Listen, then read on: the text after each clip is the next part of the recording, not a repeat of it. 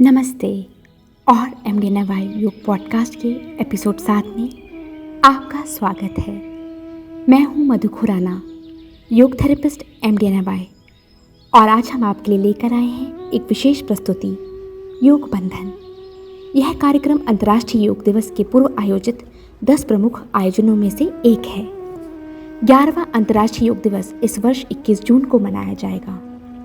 योग बंधन केवल एक उत्सव नहीं बल्कि विश्व के लिए एक संदेश है। आज शायद इस धरती का कोई ऐसा कोना हो जहां योग की पहुंच ना हो। योग एक वैश्विक आंदोलन बन चुका है, लेकिन इसके साथ ही इसकी आवश्यकता भी बनी हुई है ऐसी संस्थाओं और मंचों की जो योग से गहरे जुड़ाव को प्रोत्साहित कर सकें, जहां विचारों, दर्शन और अभ्यासों का अंतर सांस्कृतिक और अंतर्राष्ट्रीय स्तर पर आदान प्रदान किया जा सके। विचारों का यह सतत प्रवाह न केवल योग के विकास के लिए आवश्यक है बल्कि संपूर्ण मानवता की सामूहिक प्रगति के लिए भी अनिवार्य है। भारतीय प्राचीन दर्शन की एकता की अवधारणा में रचा बसा योग हमें यह सिखाता है कि व्यक्ति का कल्याण विश्व के कल्याण से अलग नहीं है। सर्वे भवन्तु सुखिनः और वसुधैव कुटुंबकम जैसे सिद्धांत यह स्मरण कराते हैं कि करुणा, सौहार्द और एकता केवल आदर्श नहीं बल्कि जीवन में अपनाई जाने वाली वास्तविकताएं हैं। एक ऐसा समय जब विश्व सीमाओं और मतभेदों से विभाजित है, योग एक कालातीत मार्ग प्रस्तुत करता है जो न केवल शरीर, मन और आत्मा को जोड़ता है बल्कि मनुष्यों को भी एक दूसरे से जोड़ता है। योग बंधन का उद्देश्य भी इसी साझी मानवता और वैश्विक चेतना के भाव को सुदृढ़ करना है। विश्व के अनेक देश जो न हमारी भाषा जानते हैं, न हमारी परंपरा जानते हैं, न हमारी संस्कृति से परिचित है, लेकिन योग के कारण आज पूरा विश्व भारत के साथ जुड़ने लगा है। योग जो शरीर, मन, बुद्धि को जोड़ता है, वो योग आज विश्व को अपने साथ जोड़ने में बहुत बड़ी अहम भूमिका अदा कर रहा है। योग बंधन इसी भावना का एक सुंदर प्रतीक है। इसने 15 देशों ऑस्ट्रेलिया, ऑस्ट्रिया, ब्राजील, चीन, डेनमार्क, इंडोनेशिया, कजाकिस्तान, मलेशिया, रूस, सिंगापुर, दक्षिण कोरिया, दक्षिण अफ्रीका, स्पेन, श्रीलंका और अर्जेंटीना के योगदूतों को एक मंच पर एकत्र किया जो विविध संस्कृतियों और परंपराओं की रंगीन छवि प्रस्तुत करते हैं। जब ये अंतर्राष्ट्रीय योगदूत भारत में एक साथ आए तो उनकी आवाज़ों में एक समान भावना गूंज रही थी, एकता, सौहार्द और योग के सार्वभौमिक संदेश की। आइए सुनते हैं इनमें से कुछ की विचारपूर्ण बातें। Namaskar. My name is Dr. Sujata and I'm from Singapore. As we come from different parts of the world and like beads in a mala, we are all from different countries but make this beautiful yoga mala. I'm Yi Yan from Yogi Yoga, China. Yoga is a wonderful blessing gift sent by the God. We have yoga in the world. This is the best gift from India to whole the world. My name is Josh. I'm from Australia. Citizens of India should be proud that the culture and the techniques that have started here thousands of years ago have proliferated through the world so successfully.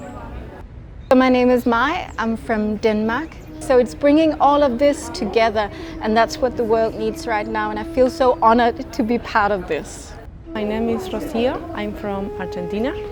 Yoga for me, it's a really good way to exchange more culture, to know about India, the yoga, the food, the people.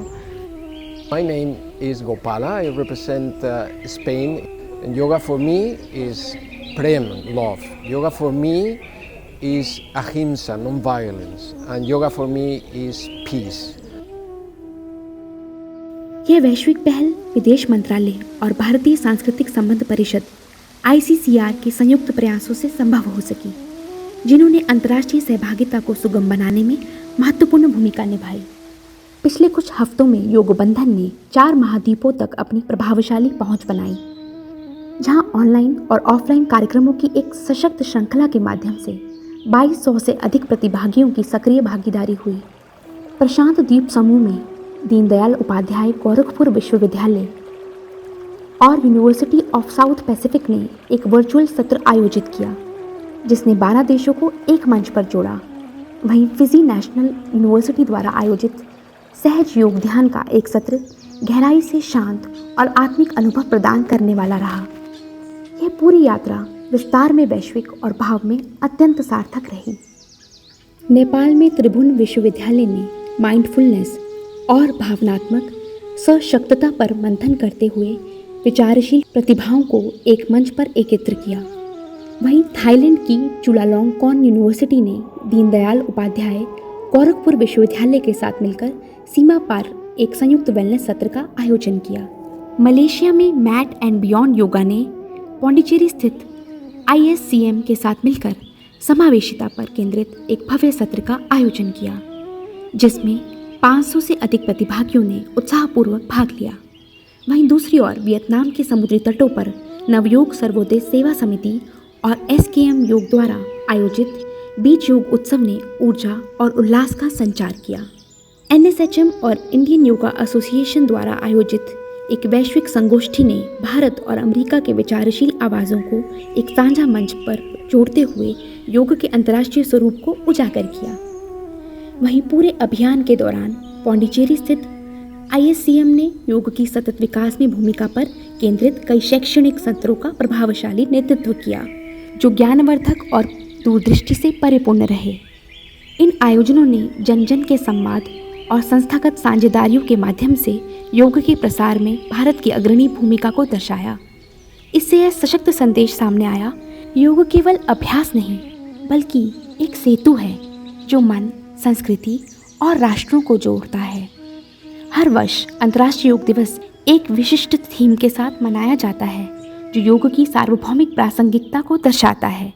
इस वर्ष की theme एक पृथ्वी एक स्वास्थ्य के लिए योग हमें यह स्मरण कराती है कि योग केवल शारीरिक अभ्यास नहीं बल्कि एक जीवन दर्शन है, जो स्वास्थ्य, सामंजस्य और शांति की दिशा में हमें एकजुट करता है।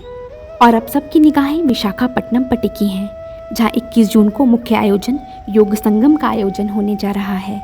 इस ऐतिहासिक अवसर पर भारत के माननीय प्रधानमंत्री श्री नरेंद्र मोदी जी योग सत्र का नेतृत्व करेंगे। उनके साथ माननीय आयुष मंत्री श्री प्रताप राव जाधव जी, आंध्र प्रदेश के माननीय मुख्यमंत्री श्री चंद्रबाबू नायडू सहित कई गणमान्य व्यक्तित्व उपस्थित रहेंगे। प्रधानमंत्री जी का संबोधन सुबह 6:30 बजे से 7 बजे तक सीधा प्रसारित किया जाएगा, जिसके बाद सुबह 7 बजे से 7:45 तक सभी प्रतिभागियों के साथ सामान्य योग अभ्यासक्रम सत्र का अभ्यास किया जाएगा।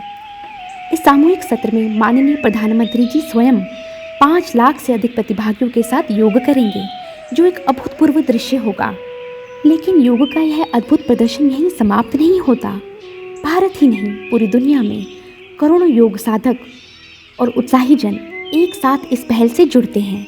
वे पार्कों, संस्थानों, घरों और सामुदायिक स्थलों पर एक साथ सामान्य योग अभ्यासक्रम का अभ्यास करते हैं, जिससे यह आयोजन वास्तव में एक वैश्विक आंदोलन बन जाता है, जो स्वास्थ्य, सद्भाव और एकता का संदेश देता है।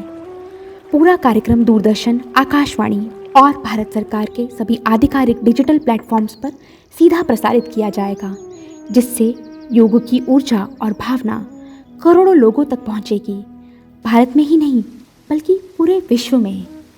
इस ऐतिहासिक उत्सव में अपनी भागीदारी को सार्थक बनाने के लिए अपने आयोजन का विवरण आधिकारिक योग पोर्टल yoga.ayush.gov.in/योग संगम पर अवश्य अपलोड करें और प्राप्त करें योग संगम पत्र। आयुष मंत्रालय की ओर से आपकी सहभागिता के प्रति एक आभार स्मृति चिन्ह।